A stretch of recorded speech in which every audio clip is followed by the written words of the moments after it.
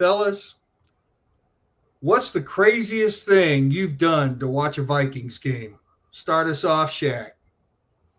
So for me, I'm the person who likes to when Vikings are playing, I like to be in my comfort zone, whether it be home or at a bar, and I need to see every second of the game.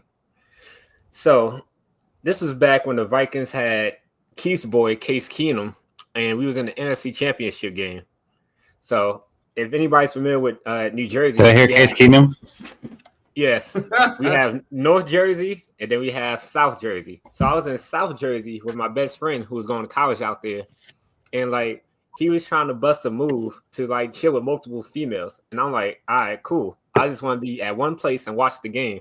So I was able to see the Kyle Rudolph touchdown, and then we was out driving around, and watching when you stream it from your cell phone, it's kind of spotty. So I'm out in the car trying to watch the Vikings game, and we are getting our ass kicked. And I'm like, man, this is probably the worst feeling in the world. I can't even watch the game fully, and we out here just getting washed. 2009, I just was starting to get back into the dating scene. And living in Kentucky, really didn't get to see too many Vikings games on television. So I kind of got hooked up with this little honey. She was pretty nice, and we'd been out about 3 or 4 times. And it was a Sunday, and we were talking, and she was at work, and she said, "Hey, why don't you come see me at work?" Sure. She says, "Can you pick me up some lunch?" Sure. And she tells me there's this bar close by to her that had some food she liked. So I get to that bar, and I look up, and on one of the TV screens, it's the Vikings versus the 49ers in the third quarter. And so I was like, oh. I kind of sat down and watched the rest of that game and got to see that Favre, what was it, Jennings? Was it Jennings or Ellis that made that catch? Greg Lewis. Greg Lewis, yep, at the back of the end zone. And I was excited. And then, at the end of the game, I looked down at my phone, and that potential relationship was over. Never heard from her again. she didn't want that for the rest of her life? It was, where are you? I'm hungry. Hey, I'm going on lunch soon. Oh, she wasn't with you? No, she wasn't with you. Was at work.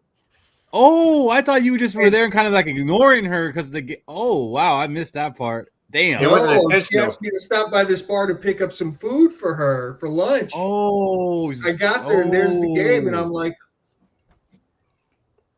if she didn't understand the decision you made, then you dodged a bullet. I never got a chance to explain it. I never heard from her again. She was like, "Hey, it's about that time. I'm hungry," and then it was fine. It's not worth it, and. She's like, I don't even like fish anyways. Yeah. You gave up the chick to watch the game. I like it, and I respect it. What do you got, Cody? So I started college 2009. I ended college in 2009. I was working. I was during the Brett Favre era. I was working during in a call center for TurboTax, and the NFC Championship game was in its first quarter. I got up with someone on the line asking about their taxes, put them on hold, and just quit work that same night. Went home, watched the game. Complete disaster from Brett Favre throwing that crossbody pass interception. The very next day, I took a public transportation bus to the MEP station, the recruiting station for the Army, and then I joined the Army. So it was like all in one fell swoop. I was like, well, I'm working at a TurboTax call center. Life isn't going very anywhere. And then we just lost the Vikings game. I need to either punish myself or trying to figure out myself out. So I joined the Army right after that. That's crazy. So the Vikings drove you to the Army, literally. Literally drove me to the Army. The Vikings, Brett Favre. Brett Favre is the reason why I'm in the Army right now. And Joe Webb is the reason Keith is married. No way. No way. Blaming the Vikings for our lifestyle. And Brett Favre is the reason why I'm still single. Wow. Why are we still Viking fans? There's only Mine's one guy. mine's not told as damaging. I actually kind of have two. The first one's quick, but I live in California, so when I was littler, the games weren't on TV. Talked about it before. I got to see maybe 2 or 3 Viking games on TV a year. The rest of the time, I was just watching it scroll across the bottom and then watching highlights. But there was someone new in the neighborhood, and me and the kid were kind of friends, not really. But then I found out he had satellite. I was like, "Oh, you have satellite?"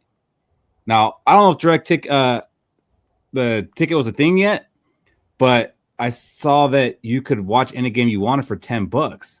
So I went and asked my mom for $10, and I went over to their house on a Sunday. I was like, "Can I watch the game?" And they bought the game for me. So it was a Vikings and Saints game. So that was pretty cool. They never let me do it again though. So maybe I was annoying. But the craziest one was, it was around that same time.